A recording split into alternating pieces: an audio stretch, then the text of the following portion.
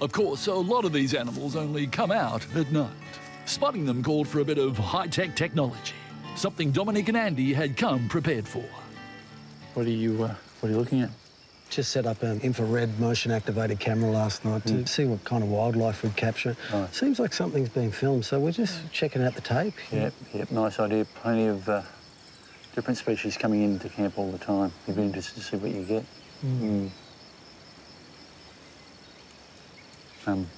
Yeah, probably best if you tell me if you're going to set a camera up like this, just to, when nature calls. I mean, both of you wouldn't want to be, because, that's not a base. But if you want to go anywhere, go there. But Of course, there's only so much you can see through a night vision camera. Aussie Adventures. Aussie Adventures. Time to hit the road.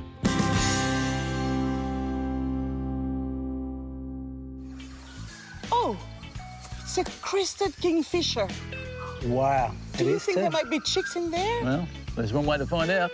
In the old days, we might have dragged out a rope and harness. But technology has made this sort of caper a lot easier. With Andy's computer hooked up to my drone, the perfect close-up was just a push of the button away. OK, let's get airborne. Operating a drone calls for a fair bit of skill, especially when flying through thick jungle canopy. But thanks to my piloting prowess, I soon had a clear view of that precious nest. Just gotta cruise on in for a close-up.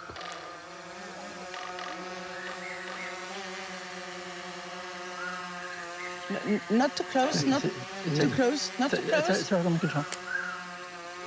Not too close, not too close. And bingo. I can see cheeks. One, two, Smile for the birdie. two. Oh, not too close. Not too close. It was a good feeling knowing my efforts would be advancing important research into this rare endangered species. Drone's fine. Yeah. Bird's gone, I think. But she's fine. A couple of blood marks there. Time to set sail on the SS Coight. The rivers and creeks of the Daintree provide a fascinating glimpse into the heart of the rainforest. Andy was keen to get some close-ups, and I was happy to oblige. Just a question of getting the telephoto lens out and the anchor overboard. For all its photo opportunities, I had to keep reminding these two that this is also a dangerous part of the world. I'm heading east to help out a mate on a nearby farm. After years of driving in the bush, you learn a trick or two. How to handle tough terrain, how to stop yourself from getting lost, and how to cope with the odd equipment failure. One for the millennials. OK, my phone has run out of power. Now, I could use the car charger, or in a survival situation, I could use the electric fence. I've adapted this phone cable here, so I'll just place that in the bottom. Then I've got the two wires here. I connect this one to the earth, and the red one I connect to the electric fence. Just going to power it on now. Just waiting for it to fire up. But forget the phone for now. This is harvest time, with hundreds of hectares of paddock waiting to be cut, sorted and stacked. It's a big job, but luckily these days we've got technology on our side. Believe it or not, I'm driving that tractor from this app in here. And if you don't believe me, I'm going to make it stop. They don't call us the smart country for nothing. How good is that? I'll make it start again. Absolutely incredible. Here, satellite, down to the tractor. I'm going to make it swing around now. A little steering wheel here, little accelerator, little brake. OK, now I'm going to bring it back to me. Yep, in the right hands, technology is pretty amazing stuff. And stop. Incredible, isn't it? With this app and that tractor right there, I can take all those hay bales and put them into a truck. Ooh, shit. I've dropped the phone! I've dropped the phone! Push stop on the phone! I can't get off! Oh no! The hay bale! The hay bale! Shit! Oh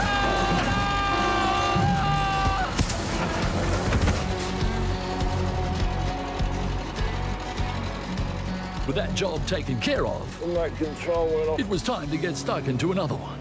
Anchors away on the mighty Murray River, home to a pretty rare species of fish known as trout cod. Some scientist mates of mine wanted me to help collect a few for research purposes.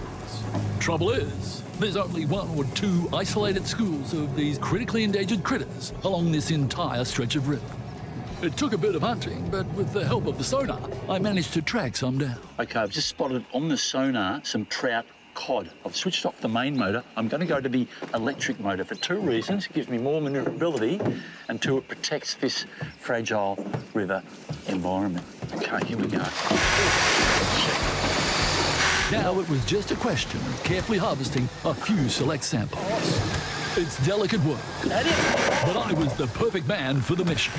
Any chance to help with preserving our precious biodiversity, and I'll be putting my hand up.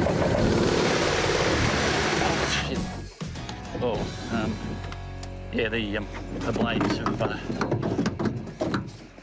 yeah, they're dead. Overhead, a lonesome eagle soars, scanning the desert plains for food. Meanwhile, down at ground level, I'm up early to start the day. And what better way to do that than with a decent feed? Just because you're in camp doesn't mean you can't eat. Well, I'm making one of my favourite breakfasts, a healthy smoothie. I've got some yogurt, I've got some bananas, just putting some nice blueberries in there. I know what you're thinking, though. How am I going to get power to the Vitamiser? That's a good question. Well, that's where one of these comes in very handy. It's an inverter. I just connect it up to a car battery, positive and negative.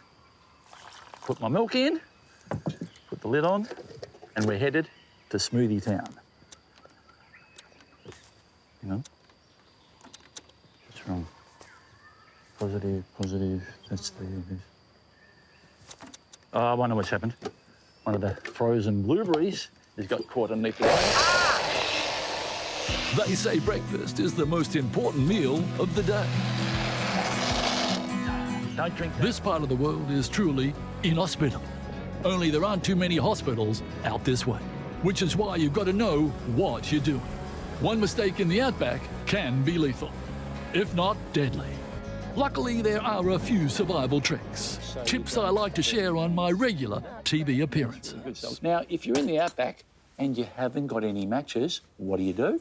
I don't know. Oh, well, here's the answer. I always carry a set of these. It's a fire steel, and you can create a spark. You get a little bit of tinder, create a spark, and you've got yourself a fire. They can be a bit hard to get the spark going sometimes. Yep, it doesn't take much to stay safe in the bush if you know what you're doing. We might take a short break and we'll be right back after this. But no amount of fancy equipment can prepare you for the unexpected. Time for a quick detour. I tell you what, it doesn't take long for word to get around that Russell Coight is in town. A couple of hours ago, I received this photograph.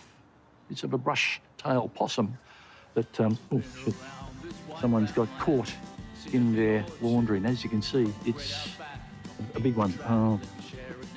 A very big one. So, it looks like it's Coight for the recipe. Swag, let's go! All Aussie adventures. All Aussie adventures. Time to hit the road.